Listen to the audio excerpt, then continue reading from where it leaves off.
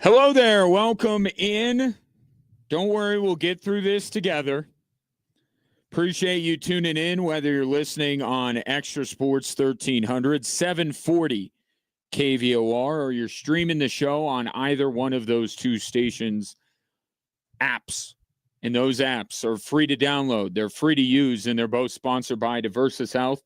Mental health and well-being for all. Game one is the topic du jour.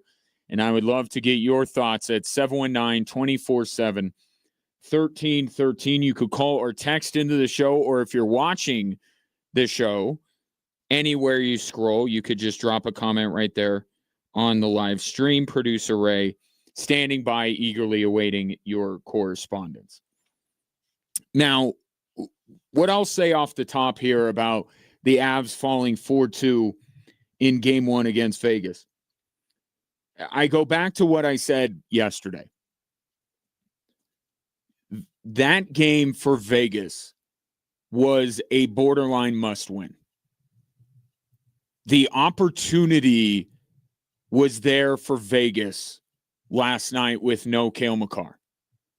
And if they didn't take advantage of Cale Makar being out, it would be hard to do the math to figure out how they're going to beat the Avs 4 out of 7 games.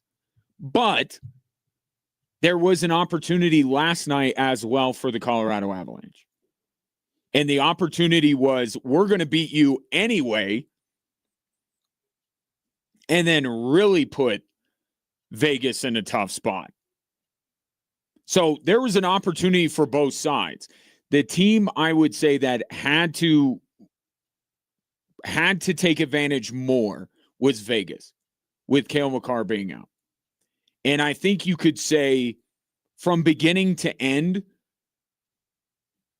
that Vegas was the better team. Right? You could say that.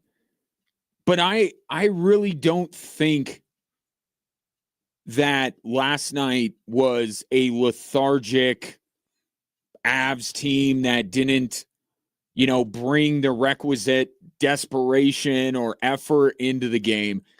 I just think you know what? I'll just let Nathan McKinnon tell you. I've just said execution like 5 times. I think that's what hurt us. They didn't execute. They didn't play well. I don't think that the Avalanche were lacking for effort. They knew without Cale Makar that it would take everybody to step up. Now, not everybody stepped up, and we'll talk about that when we get more Cale Makar-centric in our conversation. But I don't look at that game and say Vegas was the desperate team. Avs weren't. Avs didn't, bring the energy. I thought in the first period, I thought that the Avs were really pushing against Vegas. I don't think it was effort last night. It was what Cale Makar or Nathan McKinnon said 5 times, according to him. Execution. They didn't execute. They were sloppy. And some of this is Cale Makar.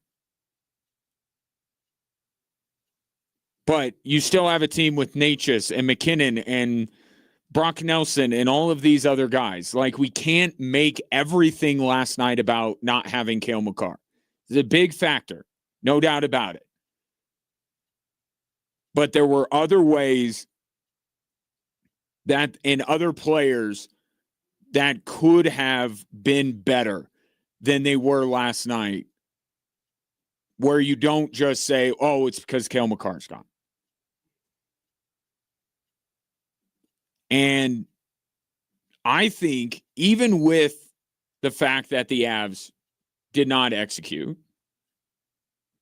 and look sloppy at times, I'll tell you what, I absolutely hate all 3 goals the Avs conceded. Hate every single one of them. First one, Brock Nelson simply just slips and falls in the corner. Just, I don't know if he lost his edge, caught his edge on the wall, whatever it was. He just fell. No pressure from Vegas. He just fell down, and it led to a rush back the other way, and Wedgwood gets beat 5-hole. by a guy in Dylan Kaufman who hadn't scored in the NHL in 4 years. And then you go to the second goal. You hate that goal. Not necessarily, although Brent Burns was puck watching on the actual goal, you hate that goal because Ross Colton shouldn't have been in the penalty box. This is hockey. This isn't the NBA. For them to call Ross Colton for roughing, for pushing the face of Rasmus Anderson, that in a playoff game, in game 1 of the Western Conference Finals, that is a soft roughing call. So you hate the opportunity that Vegas got, but then the Avs could have prevented, as great of a play as it was from Mitch Marner, it could have prevented the goal, could have put themselves in a little bit better position. And then third one, same thing. Malinsky, puck pops in the air. Malinsky's watching that instead of watching where Vegas is. And the guy's alone on the doorstep to be able to put it in. So I think all 3 goals were not the Avs getting outworked necessarily. It was just the Avs not executing. Like just playing bad.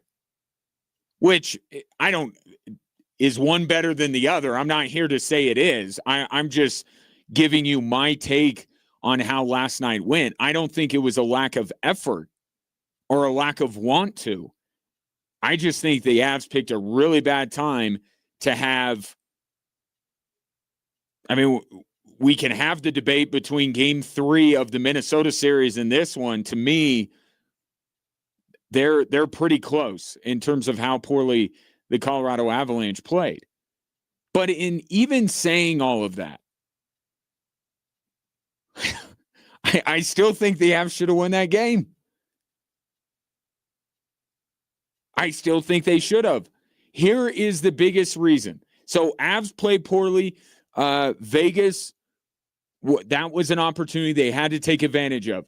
But I'll tell you the reason, number 1 at the top of the list on why the Colorado Avalanche are not 1-up right now, and I'll do it with the help of Vegas head coach John Tortorella. Carter Hart's a hell of a goalie. Carter Hart. All of the things I just said can be true. And yet the Avs had every opportunity to win that game anyway, had it not been for Carter Hart. And I've been saying for a week that Carter Hart is capable of stealing a game for the Vegas Golden Knights. And it turned out it was game 1. It was right away. I wasn't expecting it to be game 1, but that's what it was. Carter Hart was terrific. He makes 38 saves. And you even look at the 2 goals that the Avs scored, like they were unbelievable individual efforts to even beat Carter Hart. Val Nichushkin shoots the puck through his own legs to beat Carter Hart. And then Nathan McKinnon absolutely destroys Braden McNabb in the corner to be able to set up Gabriel Landeskog. Like those are 2 highlight reel goals where you say there aren't many players in the NHL that can do those things. That's what it took to beat Carter Hart. I thought the game was over when the Avs didn't convert on that power play to begin the remainder of the power play to begin the third period. I'm like, that's it. And I did not think that they were going to win when they were able to get those 2 goals later in the third. Because I said, if those are the type of goals that the Avs have to score to beat Carter Hart tonight, they're not getting another one. And it turns out they did not. Carter Hart was spectacular in that hockey game. And you knew early on that Carter, this was going to be a Carter Hart night, that the Avs were going to get goalied a little bit. And I'll tell you, if you watch hockey, you know this to be true. When you see a goaltender pimp a save, you know he's feeling it.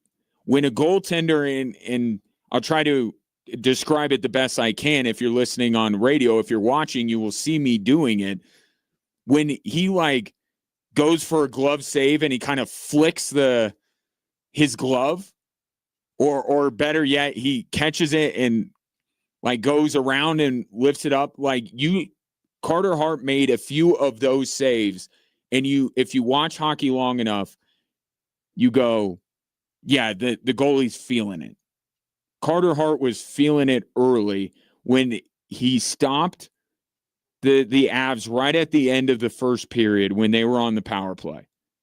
That's kind of when I thought for sure that Carter Hart was going to be tough to beat last night. So for all the negative, how poorly the Avalanche compensated for the loss of Cale Makar, and we'll get into that coming up next. As much as Vegas executed better from beginning to end than the Colorado Avalanche did, I thought their goals were just opportunistic goals, which happen in the playoffs. Like, you have to be opportunistic. With all that being said, I think last night came down to Carter Hart. Because even with all the deficiencies of the Colorado Avalanche last night, even without Cale Makar, I still, thinking back to that game, thought that the Avs could have won it. They could have overcome what was causing them problems in that game, but they were never going to do it with the way that Carter Hart played. They could overcome the skaters and the defensemen of the Vegas Golden Knights. They were not going to be able to beat Carter Hart enough to win that hockey game last night. And now the question I think they're asking in Vegas after this, like, is this just Carter Hart? I mean, as well as he has played throughout these playoffs, you go, okay, it's Anaheim, it's Utah. Like, the last 8 games, or I think he played 7 of the last 8 games of the regular season, the way he played against the Avs, you go, okay, but small sample size. Okay, but this is the Avs in the Western Conference Final, not the Avs who are playing out the string at a late season game at Ball Arena. Carter Hart really showed something last night. And I think you have to wonder, game 2 and beyond, whether Carter Hart is finally maximizing the potential that John Tortorella and many others saw in him as he was coming up as a prospect with the Philadelphia Flyers. Is he this? Can he be this the rest of the way? Because if he can, it's a problem for the Colorado Avalanche. And it's not something that I factored into the equation. I thought Carter Hart was capable of stealing a game. I thought Carter Hart would be more difficult to beat than maybe the previous goaltenders that the Avs played. But I did not factor in the potential that Carter Hart was going to, that it wasn't that he's stealing game 1. It's that this is just Carter Hart and the goalie that the Avalanche are going to have to beat. That's my big, and I don't know that for sure. For right now, it's Carter Hart steals game 1. I think that's the headline here. The question, game 2 and moving forward, if he's able to replicate this, then a series that I have been saying for 2 weeks now is going to be the most difficult series the Avs have played so far. It's going to get that much more difficult. So that's where we start. 719-24-7, 13-13. Your thoughts on game 1, Avs fall 4-2. Our Facebook question of the day. Ray Dominguez, how did you phrase it? So, what are your thoughts on the Avs game 1 loss? Beautiful. Open-ended. Take it in whatever direction you want. Your thoughts on game 1. And we'll talk about missing Kale because the Avalanche clearly did. That's next on 740 KVOR and Extra Sports 1300.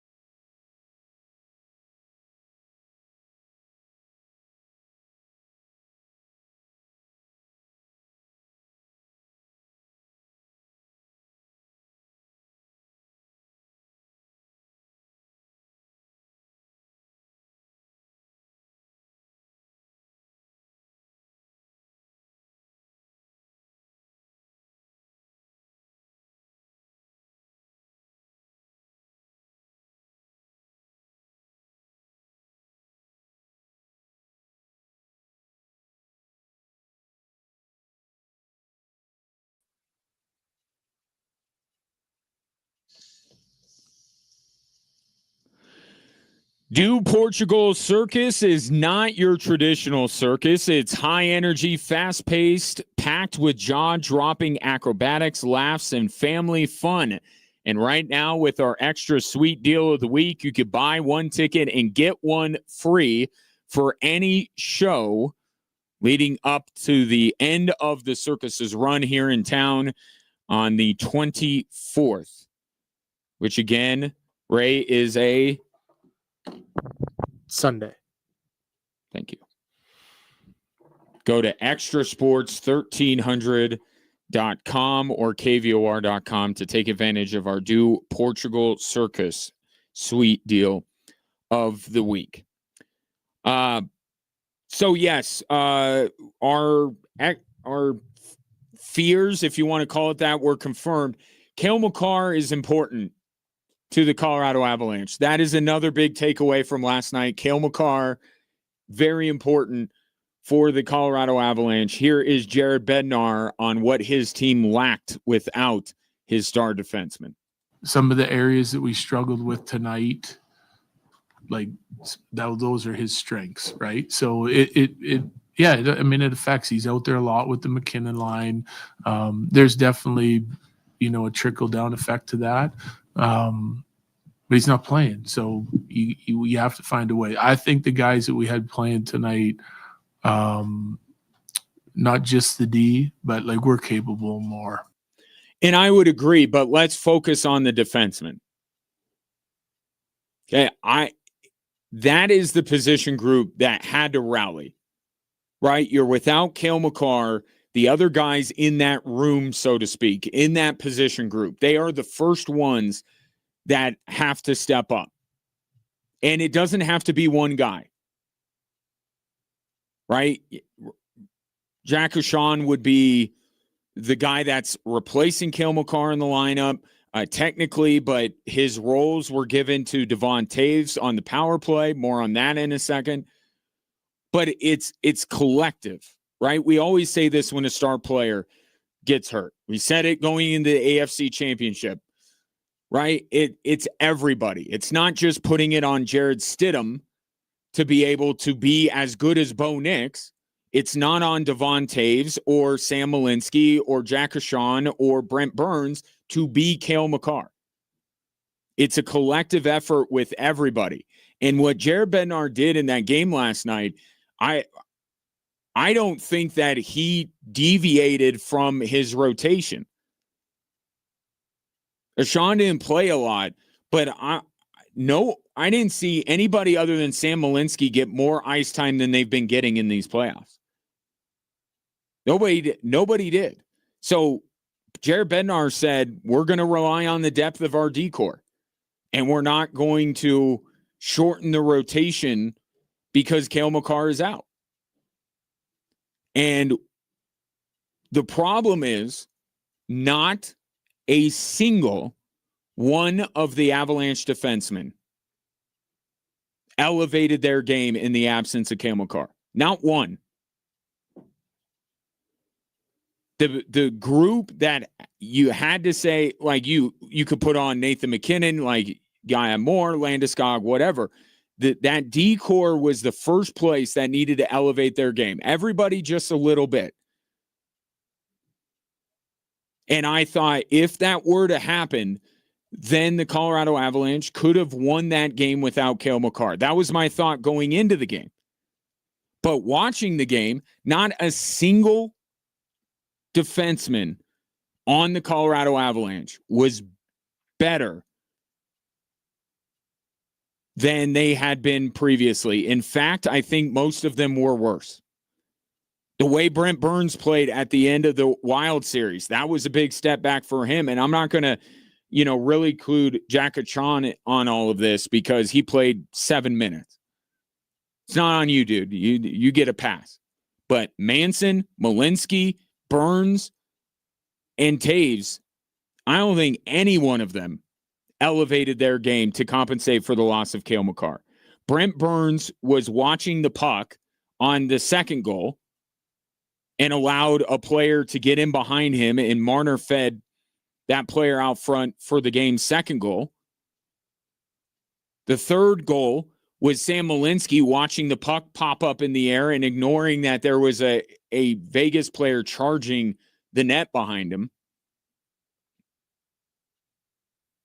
But I thought, and how many rush chances did Vegas get because the defensemen are, slowly sliding the puck to and fro? Like, you got to snap off these passes. You got to move it quickly because Vegas feeds on that. You saw it with the third goal.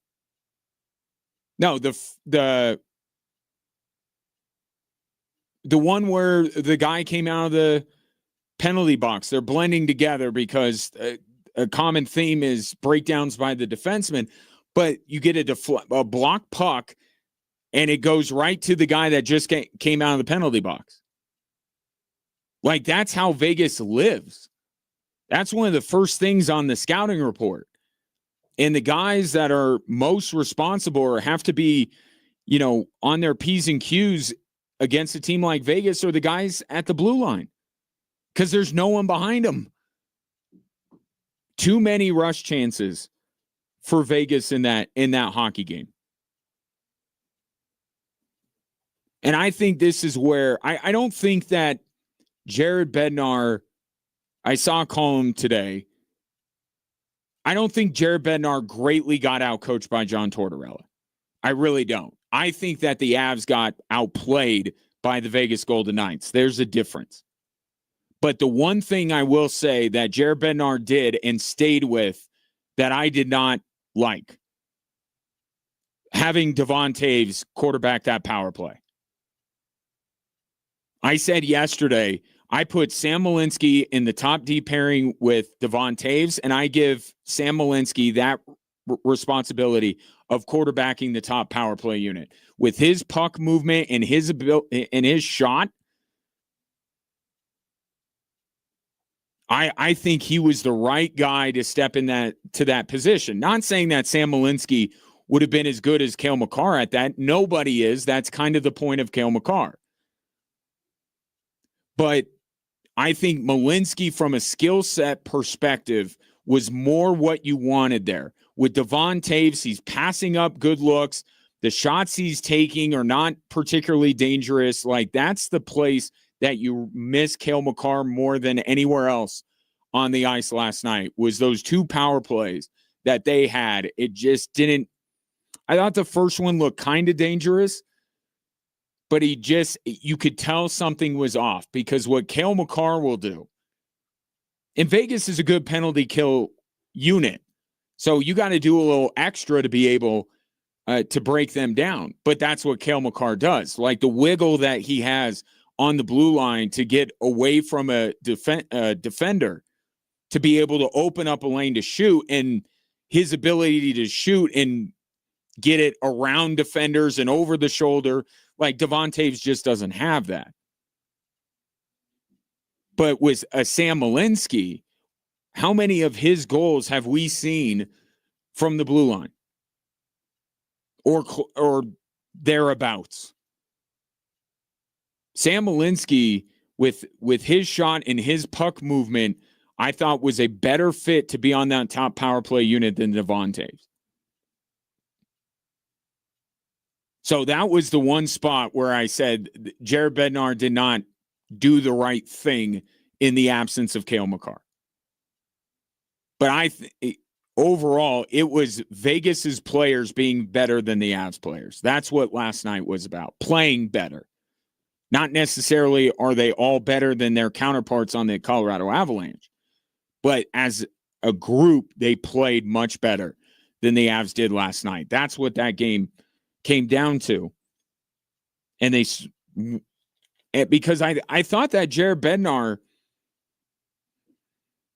were people who say that he was outcoached last night.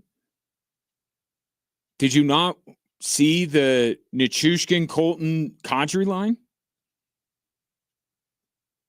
That was the best line that the Avalanche had.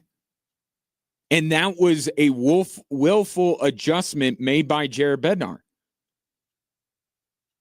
That wasn't his hand being forced because Cale Makar was out. He chose to move Nichushkin down with Kadri and Colton.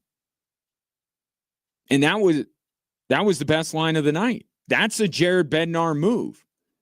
And I think he was trying things. You saw him, Ray Ferraro was talking about how late in the game, Nazem Kadri got moved up, replaced Gabriel Landeskog for a beat there on the top line. Like, Jared Bednar was trying things. His team just wasn't responding. The execution level last night was just not nearly where it needed to be. And the position group that I look at first and foremost is the D-corps, because it was on them. They had to all step up their game collectively to be able to account for the loss of Cale Makar, and not a single one of them did. In fact, a good number of them were worse without Cale Makar. And that can't happen. And Jared Bednar mentioned the trickle-down effect. Like, I get that, but also we've been talking about the depth on the blue line for the Colorado Avalanche. Like, there is a trickle-down effect, but I don't think that explains completely the way that the Avs blue line played last night. That has to be better. They have to be better. That group has to be better going into game 2. Of course, the question, Cale Makar, his status, Jared Bednar today saying, quote, "We'll see what tomorrow brings." Take that however you want. As vague as it is, intentionally vague as that is. But here's the conundrum when it comes to Cale Makar. Okay, because as critical as I am about a lot of aspects of the Avs game last night, and I think rightly so, I still look at that game and say that the Avs could have won had it not been for Carter Hart. But I also believe that the Avalanche will play much better in game 2. I am certain of that. And given how poorly they played last night, but still had a chance to win if it had not been for the goaltending of Carter Hart, you would feel like, oh, the Avs will definitely bounce back and win. And that would be without Cale Makar. The conundrum facing Jared Bednar is, can you risk it? Can you risk not playing him, given the impact that he has and that trickle-down effect that Jared Bednar is talking about? I feel pretty good about the Avs being better tomorrow night, and that should be enough to win the game. However, you cannot go down 2-0 going to Vegas. You can't. So this is where Jared Bednar needs to really do some thinking here, because I think he and I are of like mind. In fact, I know it. Here's Jared Bednar talking about how confident he is that his team will bounce back in game 2. I think getting a clear look at that game, us playing them, will be able to give our guys some direction on how to be better. And when we've done that, our team's implemented it quickly and we bounce back. So I got a lot of belief in the group. I'm not panicking about it, but next game's obviously a big game. And there he touches on it at the end. I agree with everything he's saying. It's the same conversation that we had after game 3 against Minnesota. This team hasn't lost back-to-back games since early March. Okay, they are absolutely capable, and I have very little doubt that the Avalanche are going to be much better than they were in game 1. But can you risk it? Out of, if the whole premise behind Cale Makar not playing last night is an abundance of caution, and not that he literally is not close. Because if he's not close and he's not ready, then that's a bigger issue. And I've said, if Cale Makar doesn't play by game 3, This is a serious problem, and we might have to rethink the Avs' chances. But heck, by then, Vegas could be up 3-0.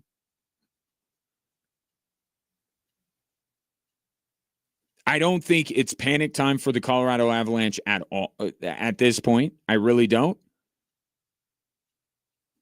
But can you really risk, you know what? We're going to hold Cale one more game. And you lose? What was it? 68% of teams that win game one go on to win the series? If you want to feel even worse about the Avalanche today, go ahead and ask ChatGPT the percentage of teams that win a series up 2-0. But make sure you put teams that go up 2-0 on the road. Vegas would be up 2-0 going back home.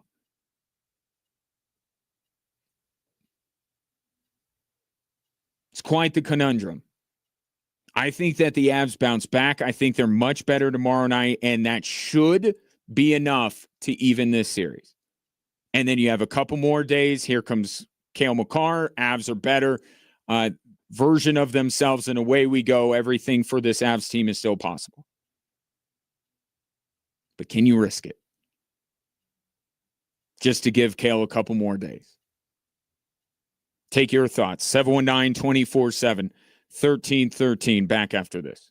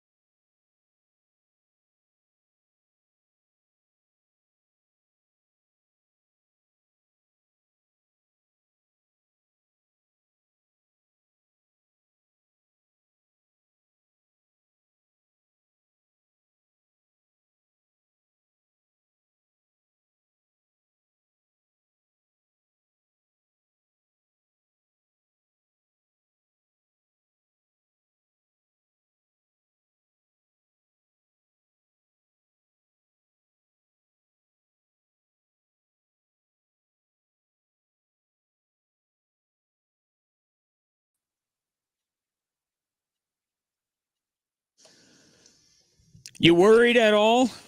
After game one, Avs fall to the Vegas Golden Knights 4-2, the first time all playoffs long that the Colorado Avalanche have lost a playoff game at Ball Arena. What do you want to do first, Ray? You want to go text line or you want to go book face? We'll go book face. Okay, so our question of the day on Facebook, just your thoughts. So take it in whatever direction you want to. What we got? From Derek, Mm-hmm. bums. Bums. Okay. Okay. Agree. From Ryan, feeling positive. Coach will figure it out. Like you said, I don't see anyone beating us 4 out of 7. Mm-hmm. I'm very confident. I'll just say it now. I expect the Colorado Avalanche to win game 2. I expect them to win game 2. The thing I brought up before the break, though, is can you risk if Cale Makar is a go, technically he could go and you don't play him and you end up losing. And now you're down 2-0. But I do, setting that part of it aside, I think absolutely the Colorado Avalanche will play a much better game in game 2 than they did game 1. And I do expect them to win. It's just an insurance policy would be having the best defenseman on planet Earth at your disposal as well. All right. And then we got so these are texts. Okay, now to the text line at 719-247-1313. From Tom. Avs definitely missed Makar last night, but they weren't very sharp as a team. Passes weren't crisp, and shots were totally missing the goal. They got it together in the last 5 minutes, but too little, too late. I still believe in them.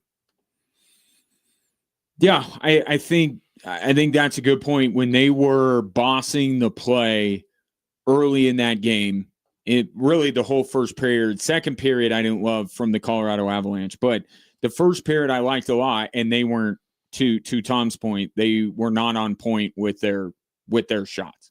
And then when they started to be, that's when Carter Hart started picking the puck out of the air. And if you are somebody who cares about expected goals, and I do, maybe I'm a little bit nerdy in that way, the numbers will tell you from the way that Carter Hart played and the way Scott Wedgwood played, the expected goals, the Avalanche should have won that game. And I think Scott Wedgwood was – I'm not killing Scott Wedgwood today. The first goal is the one that really bothers me, the 5-hole goal that he gave up. But I think other than that, I think he wasn't exceptional. He wasn't above what he's been. I think he was, other than that one goal, I think he was pretty fair. But on the other side, he was outplayed. I mean, there's no doubt about that. I just don't think it was a matter of Carter Hart playing terrific and Scott Wedgwood playing terrible. Scott Wedgwood was fine and Carter Hart was terrific.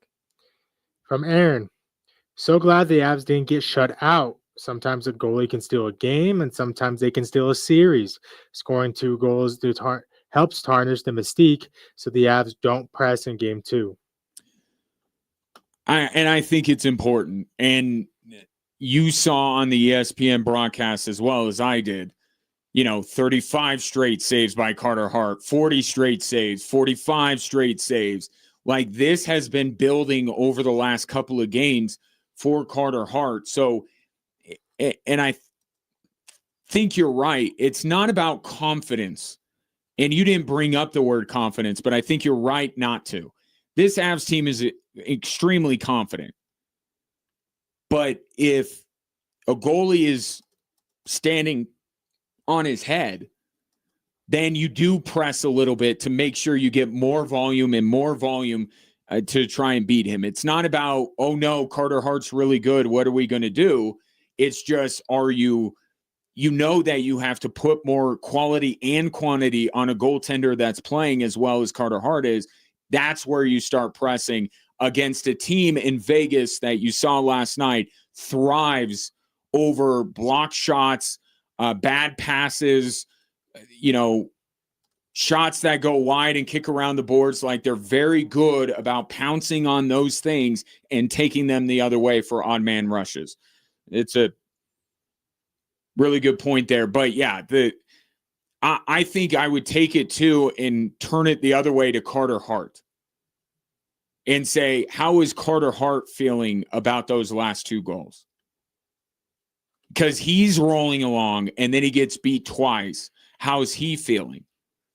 And if I could answer my own question, which I normally do on this show, I would say, if you're Carter Hart, you can look at it and say, Valeri Nichushkin shot the puck between his own legs and beat me on one. And the other one, Braden McNabb, had to, pull his drawers up after what Nathan McKinnon did to him in the corner to set up Gabriel Landeskog. Like, the 2 goals that the Avs scored were, they would beat most any goaltender.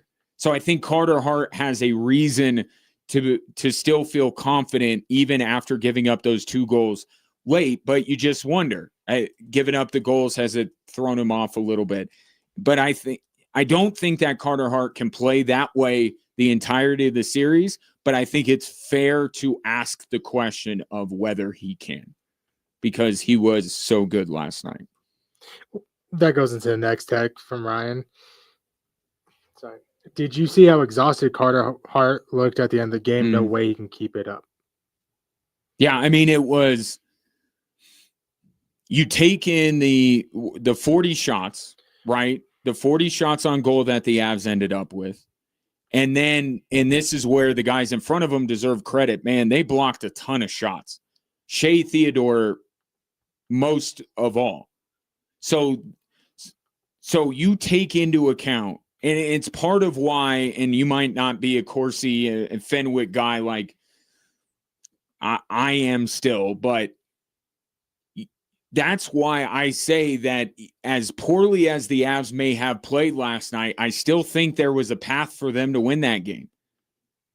Because you get 40 shots on Carter Hart, plus how many of the block shots is Carter Hart engaged and like ready to make a save, right? And then take all of those shots in total, compare them to the total number of shots, not just on goal, that Vegas took. I mean, that's a ton of pucks that the Avs were firing it in Carter Hart's general direction that he has to be at least mindful of. That's the reason why he seemed exhausted at the end of the game.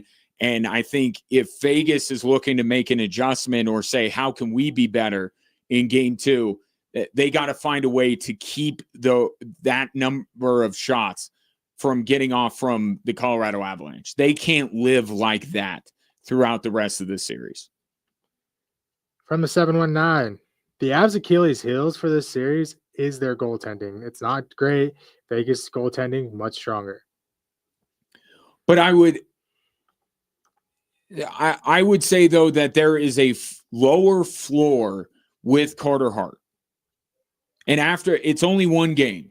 So we're all formulating these theories and trying to decide what we think is going to be true moving forward.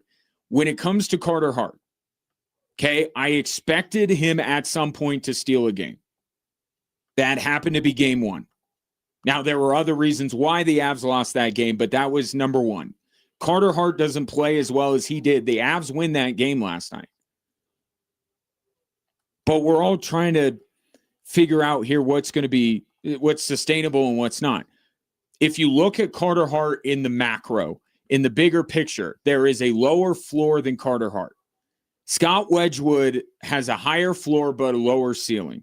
And the question is, where are these 2 goaltenders going to live? Because I think as much as there is a game like that in Carter Hart last night, there's also a game where he gets pulled for Adin Hill. Like, that might happen at some point in this series too.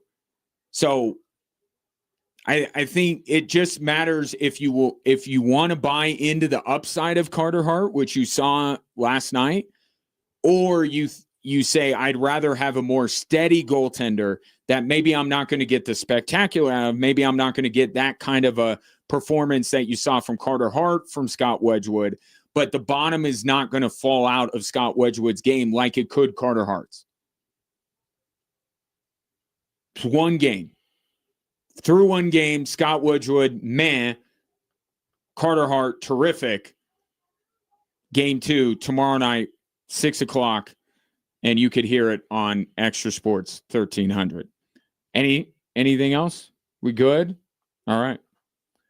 Well, then, we will take a break. Coming up next, still more on the Avs Game 1 loss. Talk a little bit about the series in the East getting going, because that is of general interest considering the winner of that series will play the winner of this one. So we'll do a little bit of previewing Canes and Canadiens, and we'll continue on with Drive Time Sports right after this on 740 KVOR and Extra Sports 1300.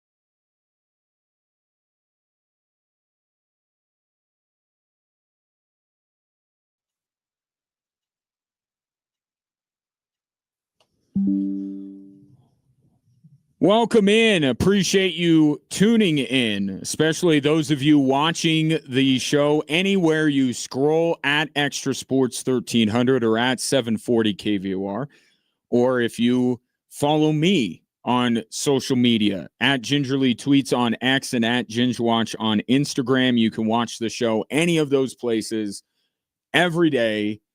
And while you're there, if you don't mind, I hate to be a bother about this. Like, subscribe, follow. Help me out a little bit with my street cred. And then, of course, you could drop a comment right there on the live stream, and we'll make it part of our conversation because this is, after all, an interactive experience. If you are simply listening to the show, I appreciate you just as much, but your ways of communication, they're different. 719-247-1313. You could call or text into the show. Avs open up the Western Conference Finals with a thud as they lose to the Vegas Golden Knights by a score of 4-2. Here is the head coach of the Avalanche, Jared Bednar, on his take on what happened. Thought we faded away for 20 minutes in there. And not from lack of effort. I think it was I didn't love our puck play tonight, like our execution coming out of our zone through the neutral zone a little bit, even ozone play, we gave them a handful of odd man rushes that came off our turnovers and missed execution, even if we were doing the right thing. And I liked the third period. I thought we had a lot of juice and energy in the third period to try and fight our way back into it. But you're going to have to play a full 60. And that's the thing. There's two separate avenues here. One is the Avalanche did not execute at the level they needed to for 60 minutes, to Jared Bednar's last point, and Vegas did. But I think it's very easy, and it's not just we only look through the lens of our team and we don't give credit on the other side. I think Vegas deserves a ton of credit. Carter Hart at the top of the list for the way that he played. But you look at the 3 goals, even the 4th goal, even the empty netter, like all of these are the Avalanche being architects of their own downfall. And that's going to happen in a series. Like the Avalanche are going to give up goals where they're the ones making the mistake. And Vegas is going to give up goals where they're the ones making the mistake. Like you can't be perfect all the time. So there are going to be goals moving forward in this series. After a loss going into the series, they all know sometimes it doesn't translate on the ice. That's what happened to the Avs last night. But both of these teams know exactly what they need to do at all times. It's not a problem of you don't know what you don't know. Those are young teams. Those aren't teams that have been the last two to hoist a Stanley Cup coming out of the Western Conference. But Vegas, I think, had urgency because of their wanting to take advantage of Cale Makar being out. Just game 1 in general is a great game to steal if you're a road team. And I think this is also part of it with Vegas. They're a team that revels in being the villain. Right? They're the black hat of this league. And they embrace that. They are the wrestling heel. They thrive on going into a hostile environment and getting booed and getting jeered and all that kind of stuff. They embrace it. They thrive on it. And that was always a potential for any game the Avalanche play at home. Vegas wouldn't be, scared of going into Ball Arena. They wouldn't be intimidated. They love being the bad guy. They love being the spoiler. And they got the perfect coach to continue to drive home that message.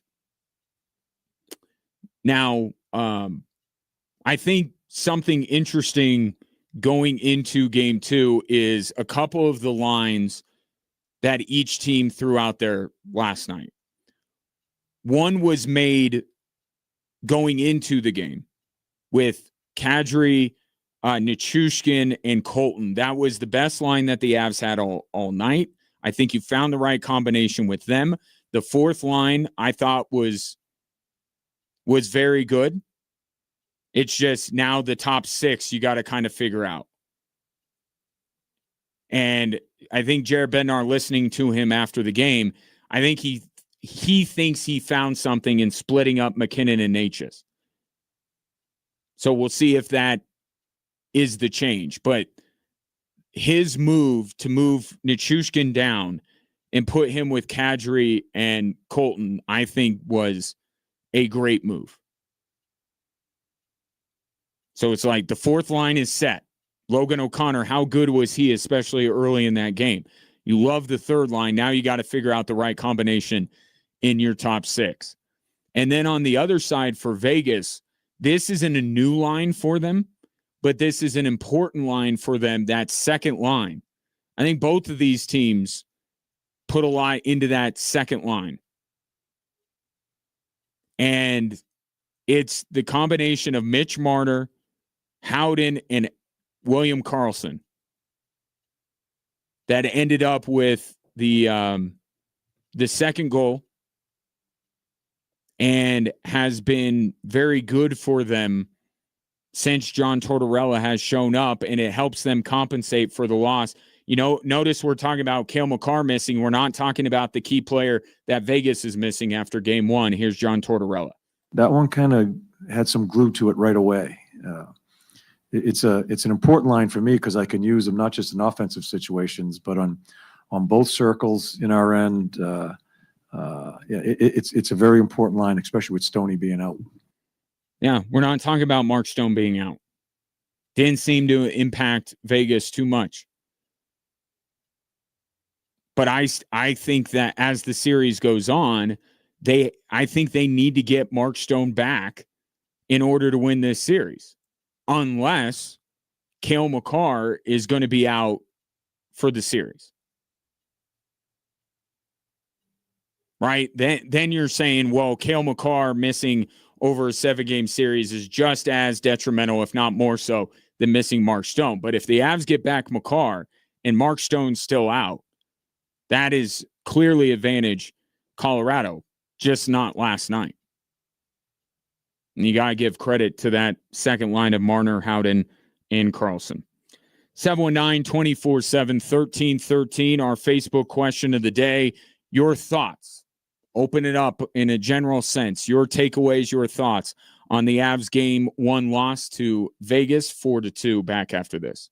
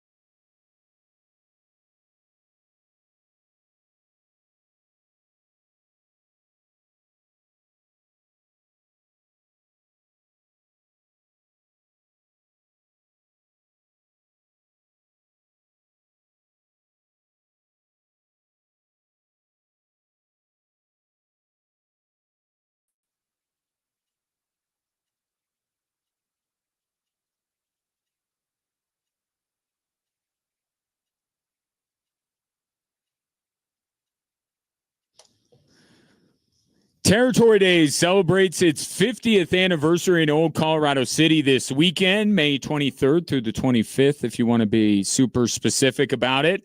Enjoy live music, great food, vendors, gold panning, native dancers, and a full kid zone.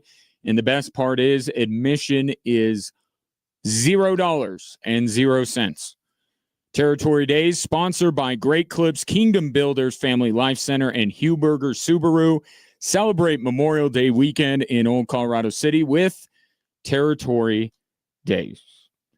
So the supposedly unbeatable team in the West just got beat in game one. We'll see if their counterpart in the East can fare any better as the Carolina Hurricanes open up the Eastern Conference Final at home against Montreal. And off the top, I think the thing I'm watching for, and this is like first 10 minutes of the game. You know where I stand on the rust thing. Take all the rest you can get, especially in a sport like hockey that is extremely physical. And look, we're seeing it. Cale Makar and Mark Stone both having ample time to work their way back from injury, or as ample a time as you get in the playoffs, and they're still not ready to go. So you take the rest whenever you can get it, and you thank the hockey gods, or you thank yourself for being able to take care of business so quickly that you get as much time off. However, the Hurricanes haven't played in what feels like a month and a half. I will take rest every day of the week. But that's not to say that rust can't exist in some form or fashion. And I think it's the first 5 minutes. I think it might take Carolina a beat to ease into the game. Once they do, they'll be the wagon, unless they have the execution problems that the Avs did last night. But I would expect them to be playing the level of hockey that they tend to play. So big key for tonight for Montreal. Try to get on the board early if you can. They just did in Game 7 against Buffalo. So see if they can jump on Carolina early, because I think maybe it might take a minute for Carolina to get into it. But that's not a series long. That might not even be a period long conversation. I don't think a team is veteran-led and as well-coached as Carolina is. It's not going to take them long before they're playing the way they did in the first two rounds. What is interesting about this series from Montreal's side, and maybe interesting is not the right word if you're a Canadiens fan, might be the thing that's a little bit scary.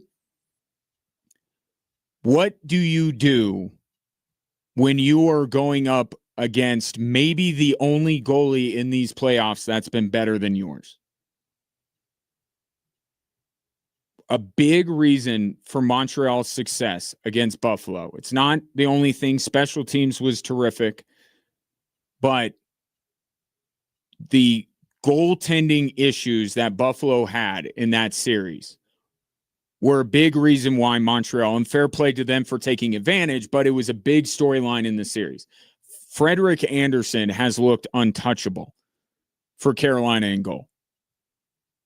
And as great as Jakob Dobish has been for Montreal, and he's been phenomenal, and he's becoming a folk hero in a hockey-crazed province, city, and country,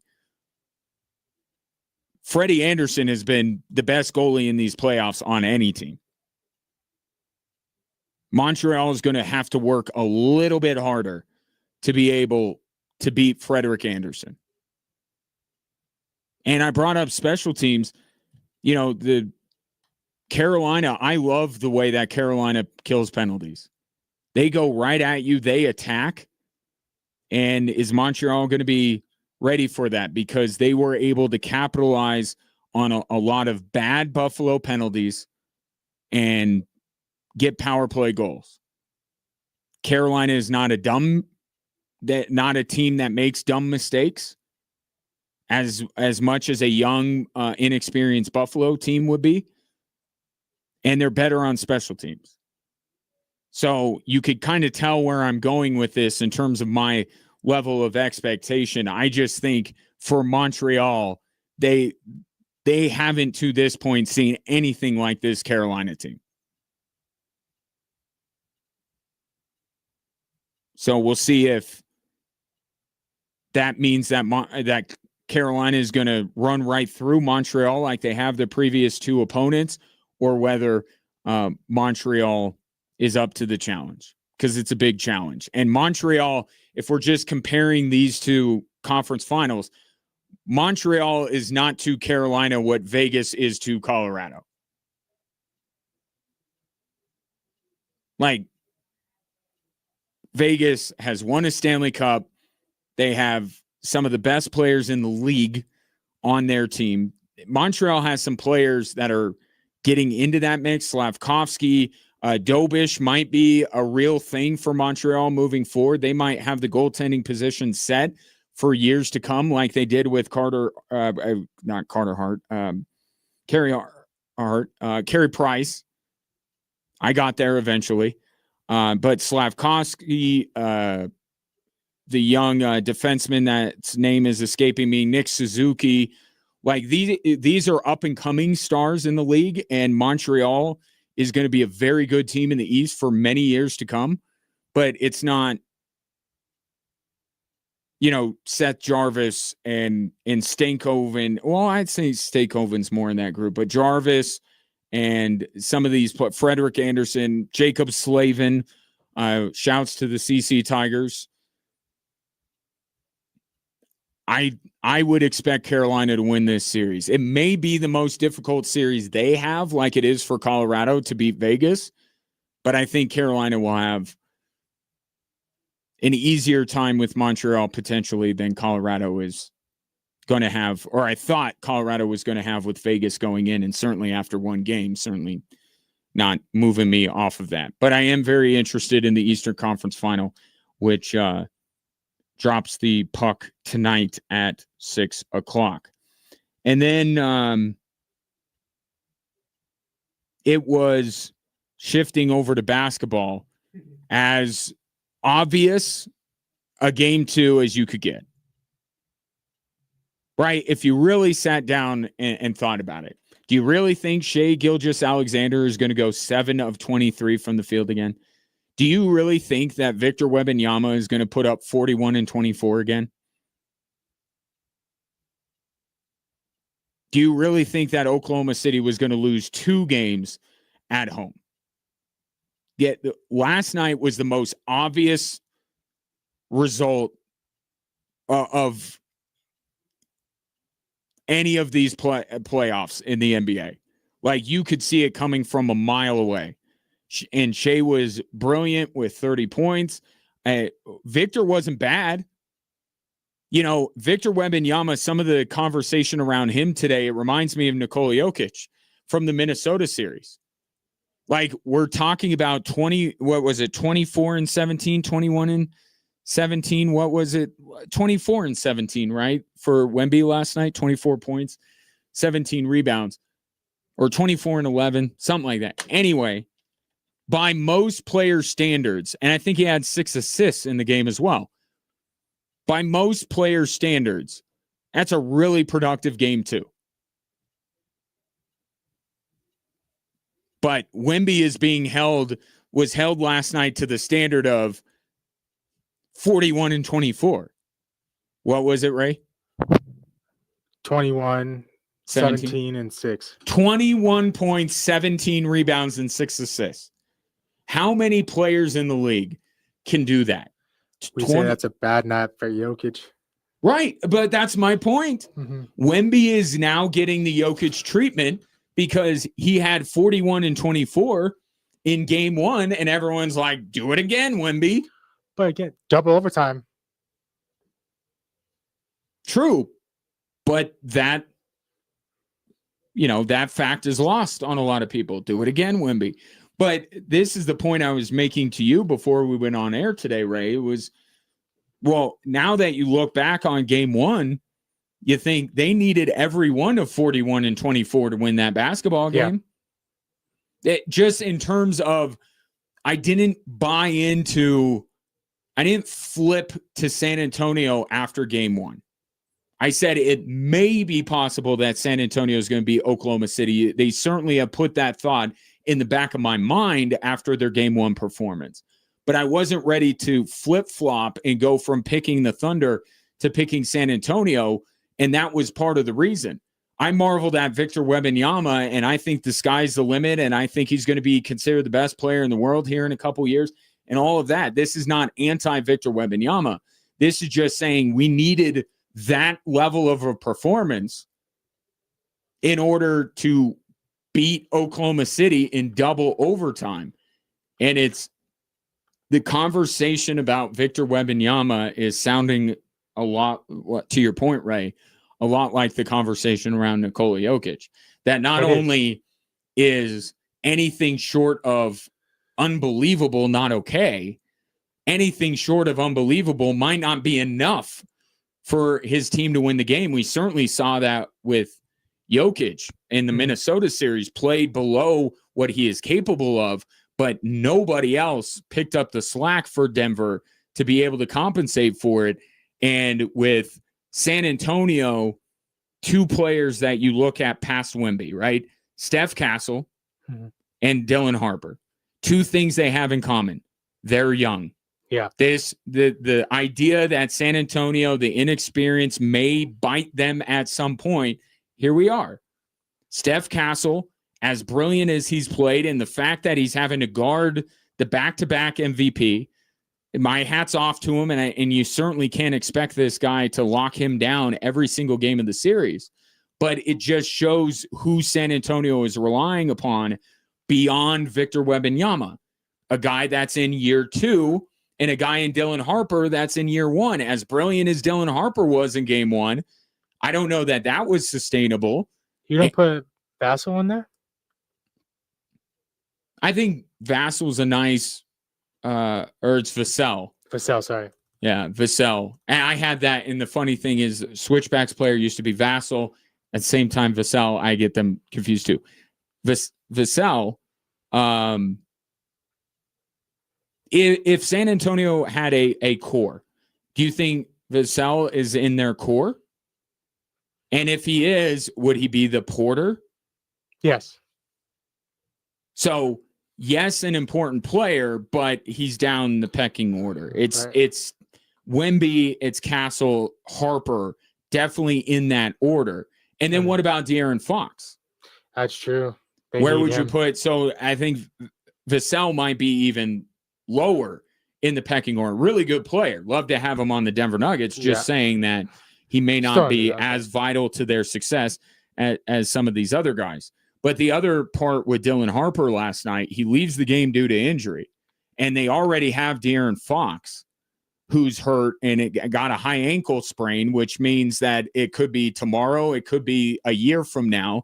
That's how dumb these high ankle sprains are. You never know. They always can linger like soft tissue injuries. I would say if Dylan Harper is not available as this series goes on, that might be it for San Antonio. They might not be able to overcome that.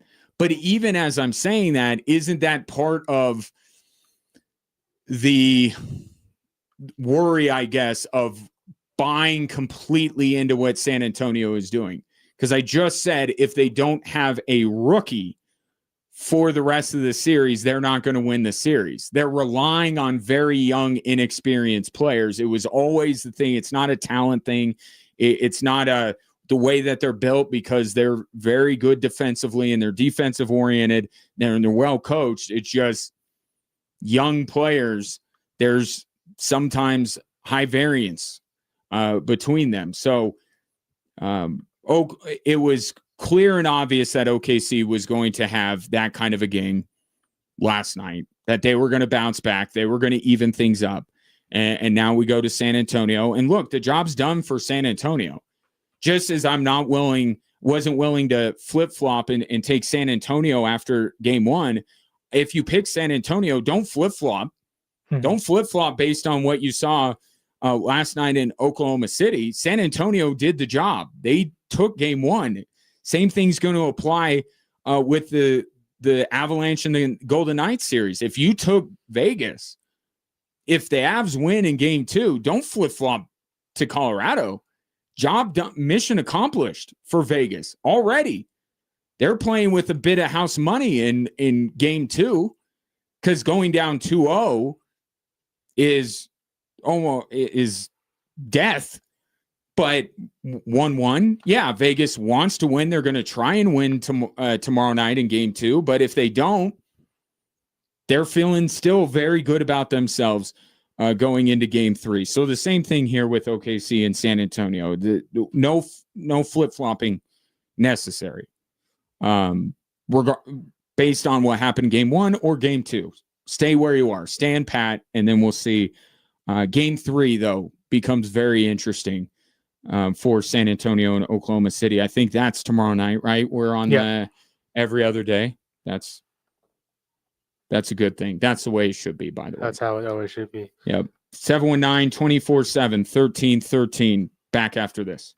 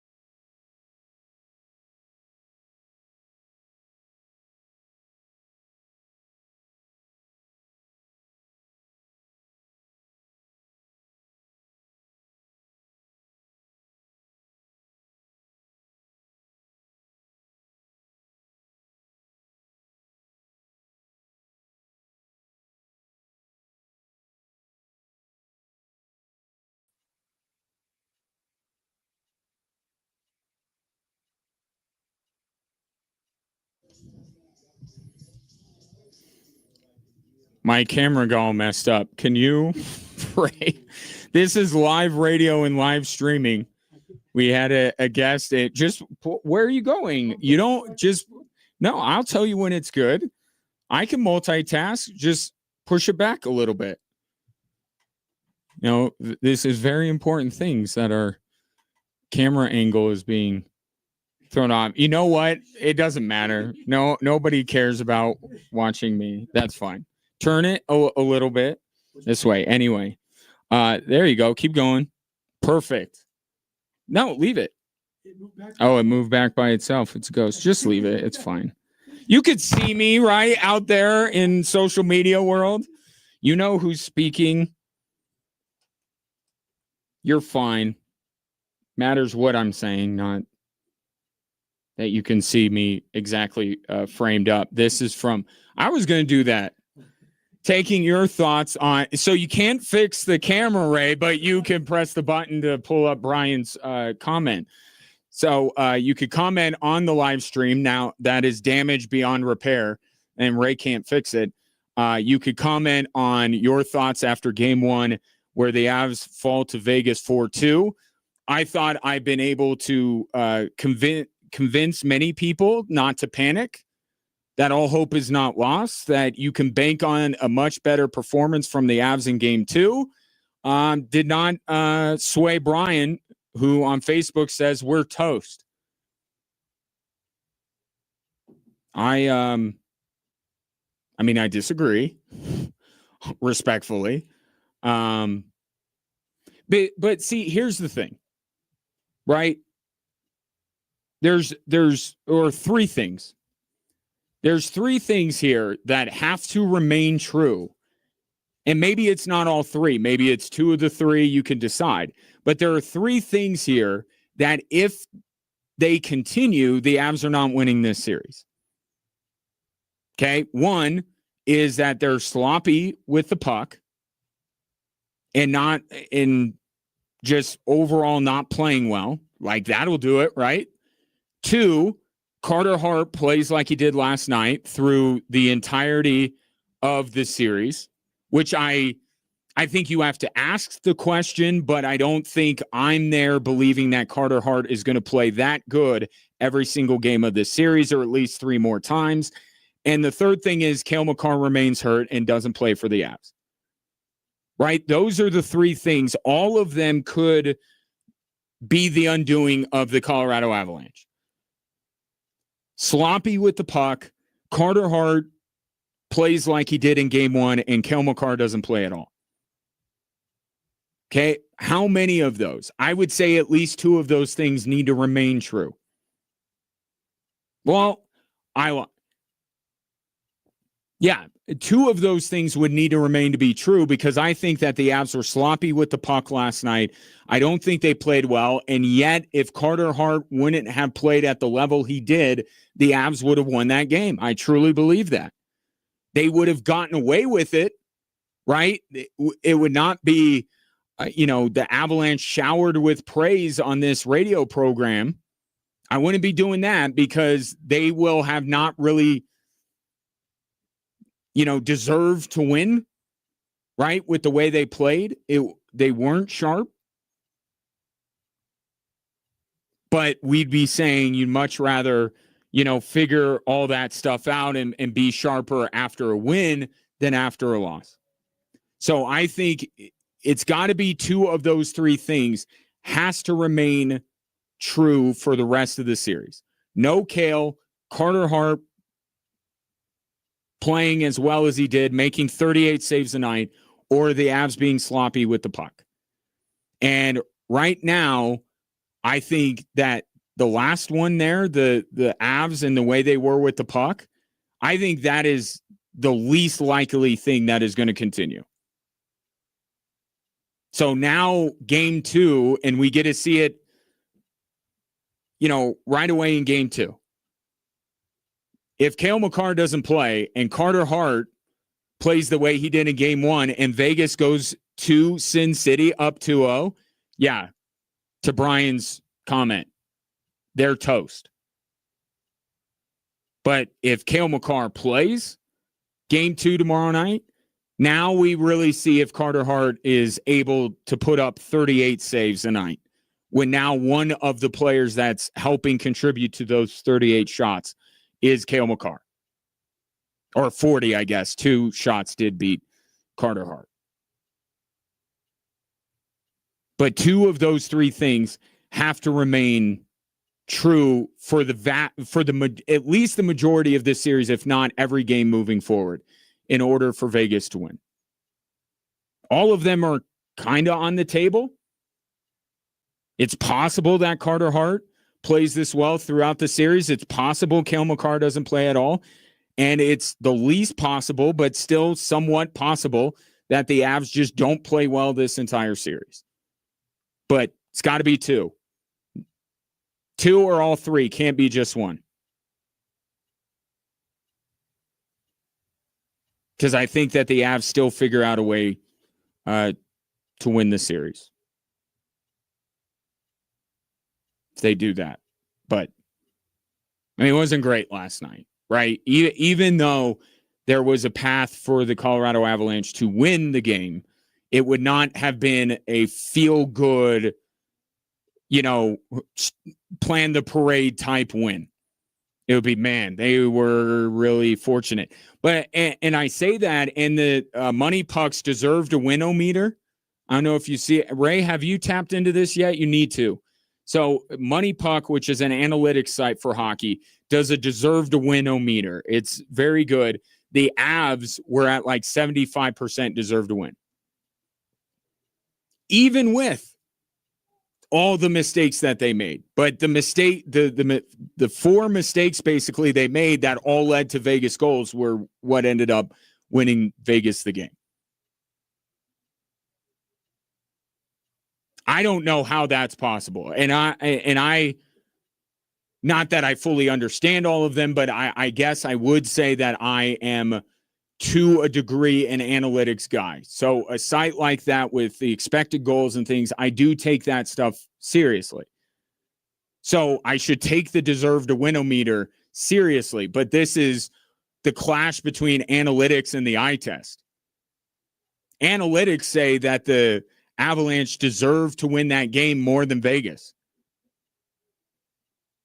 And I can get on board with the idea that Vegas stole the game because of the way Carter Hart played, but I didn't watch the Colorado Avalanche last night and go, this team really deserves this win. I did not feel that way. But it's just based on the underlying numbers. But this is the debate that we have with analytics and the eye test. You can't just be beholden to one or the other. The analytics will tell you that the Avalanche were better than maybe Brian and others feel they were. But the eye test tells you that that was not a team that executed to the level that they would deserve to win the game. Vegas deserved to win the game. Game 2, tomorrow night, 6 o'clock, Extra Sports, 1300. I am suddenly very interested in Cleveland, New York, because of everything that came out of game 1. The epic disaster that was for Cleveland, and I have no ill will towards the Cavaliers, the city of Cleveland, or the state of Ohio. My mother is from the state of Ohio. I have no problem with the state of Ohio. But the discourse surrounding giving up a 22-point lead in the fourth quarter, the second largest blown fourth quarter lead in NBA playoff history. Ray, what team blew the biggest fourth quarter lead? Do you know? Trivia question. You can impress all the people outside with this. Do you want to take a guess? Repeat the question. Okay. So the Cleveland Cavaliers blew the second biggest fourth quarter lead in NBA playoff history. Who's number one? Fourth quarter. I know where you're leaning. It's not the Nuggets. Okay. Fourth quarter. This team was up 24 points. Let's say Golden State. Incorrect. How many guesses do I get? You get one more guess, and I will tell you that this is a team that was not in the postseason this year. Okay. One more clue. East or West? West. Not in the playoffs this year. Western Conference team. Okay, and it's not a finals. It's just postseason. And Kawhi and the Clippers were the team that rallied. I'll give you that one. Kawhi and the Clippers. Kawhi and the Clippers won the game. Who did they beat? Up 24 points. LA came back to win the game.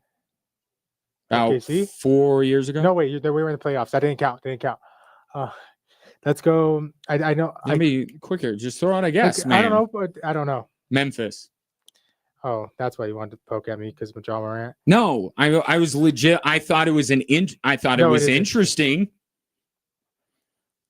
interesting. I thought I'd ask you.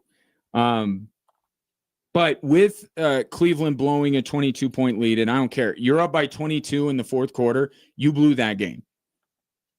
Like, Knicks are a good team, and I get it. Knicks fans will say we did this to Boston twice. Okay? That's even more of a reason why Cleveland cannot let that happen.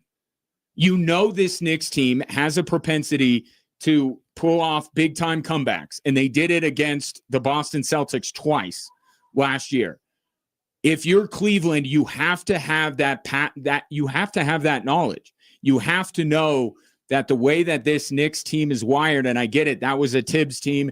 This is a Mike Brown team, but it's still Josh Hart, Karl Anthony Towns, Jalen Brunson specifically. Like, they still got that dog in them.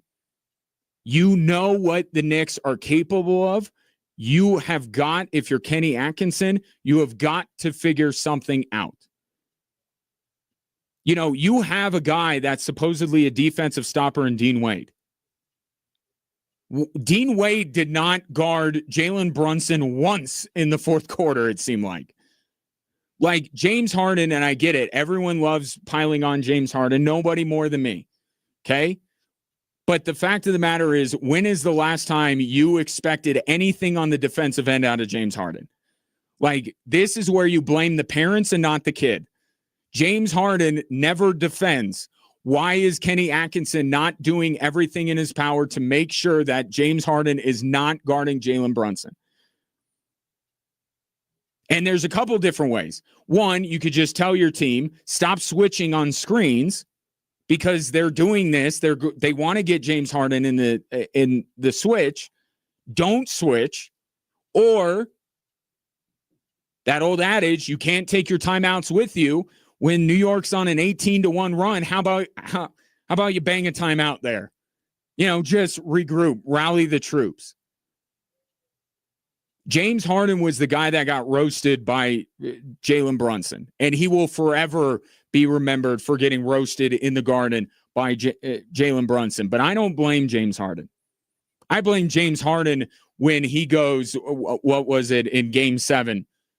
Game 7, James Harden was in that Game 7 against Detroit. It just didn't matter. When James Harden fails on the offensive end of the floor, that's where I get critical. I can't blame James Harden for not being able to stay with Jalen Brunson over and over and over again. That's on the coaching staff of the Cleveland Cavaliers or the Cavs players around James Harden to say, we got to help this dude out. And they gave him no help. So all the discourse about Kenny Atkinson and James Harden and just the fact that we had such an unbelievable finish to Game 1 kind of makes me interested in Game 2. So you got East, Canes, Canadiens, Knicks, Cavs, choose your fighter. Coming up next, my thoughts on a disappointing Game 1 effort from the Colorado Avalanche.